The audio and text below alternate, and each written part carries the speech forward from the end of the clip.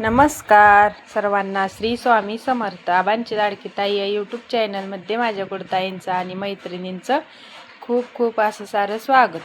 तर आज मी ना आवरलं होतं सगळं आणि यात्रेला चालले होते, तर म्हणलं स्वामी आईचं दर्शन घेऊया आणि नंतर ना मग जाऊया म्हणून इथूनच अशी सुरुवात केली. आणि नंतर ना मग आम्ही असं निघाल्यानंतर संध्याकाळची वेळ होती. आणि इकडं बघा आता ना नवीन रस्ते झाले, तर एवढं हायवेला एवढा उजेड म्हणजे अक्षरशः रात्रीचं वाटतच नव्हतं की एवढं लाईटिंगचं ना एवढं छान वाटत होतं, काही विचारूच नका. मग चला थोडंसं शूट तर झालंच पाहिजे. आणि आव्हानचं चालू होतं की काय हातात मोबाईल धरायचा, मोबाईल पडल, असं गाडीवर बसल्यावर शूट नाही काढायचं, असं त्यांचं चालू होतं. पण आपल्याला मोबाईलची पण काळजी असतेच ना, असं काय नाही की आपण एवढा हलगर्जीपणा करून नुसतं शूटच घेत बसेल. पण त्यांचं सारखं मला सांगायचं तर चालूच असतं. आणि मग इकडं ना परत आम्ही स्टेशनरी दुकानात गेलो.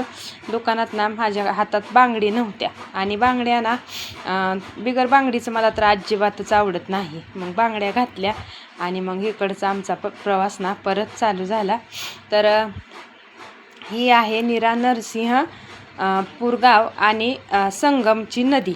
तर ह्याला संगम म्हणून पण ओळखलं जातं. आणि इथं ना खूप मोठं तीर्थक्षेत्र आहे. तर म्हणलं थोडंसं ज्यांना कोणाला माहिती नाही त्यांना दाखवावं. तर बघा नदीत पाणी, उन्हाळा आणि किती असं छान वाटतंय. एवढं ऊन आहे पण निसर्ग बघा किती हिरवागार सुंदर, आणि एवढं छान वाटतंय. तर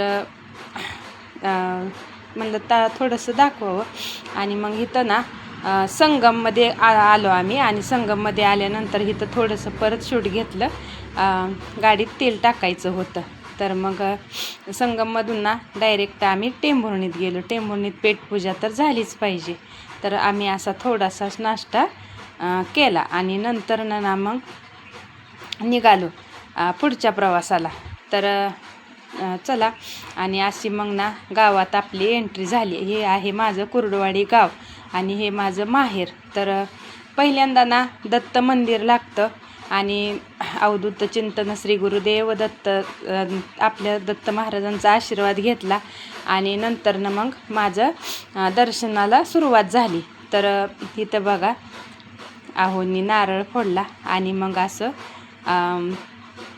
बाहेर जी देवबाप्पा असतात ना छोटे छोटे, त्या देवबाप्पांचं पण दर्शन घेतलं. आणि मग इथं ना बाहेर थोडंसं अगोदर बाहेरचं दाखवलं आणि नंतर मग आतमध्ये गेले. आतमध्ये गेल्यानंतर तर एवढं छान वाटत होतं, एवढं ऊन होतं ना, पण काय विचारूच नका. आणि ही आहे डिकमल. ह्यातनं आतमधून पायरी आहेत आणि बरीच लोक ह्यातनं आतमधून वरती जातात.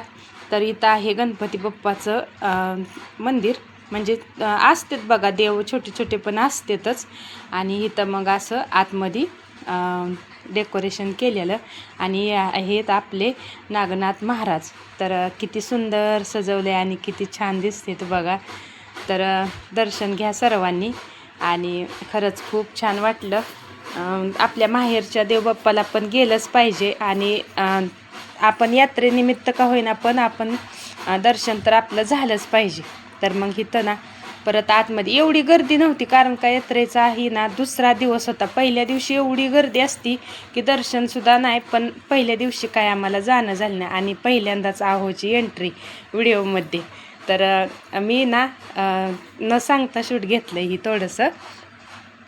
फोटो पण काढायचा आणि व्हिडिओ पण काढायचा म्हणून त्यांना काय कळा, ते फक्त फोटो काढायचं म्हणून उभा राहत होते. तर इकडं ना हा आहे आमच्या नागनाथ महाराजांचा रथ. तर या रथाची ना रात्रीच मिरवणूक काढलेली असती.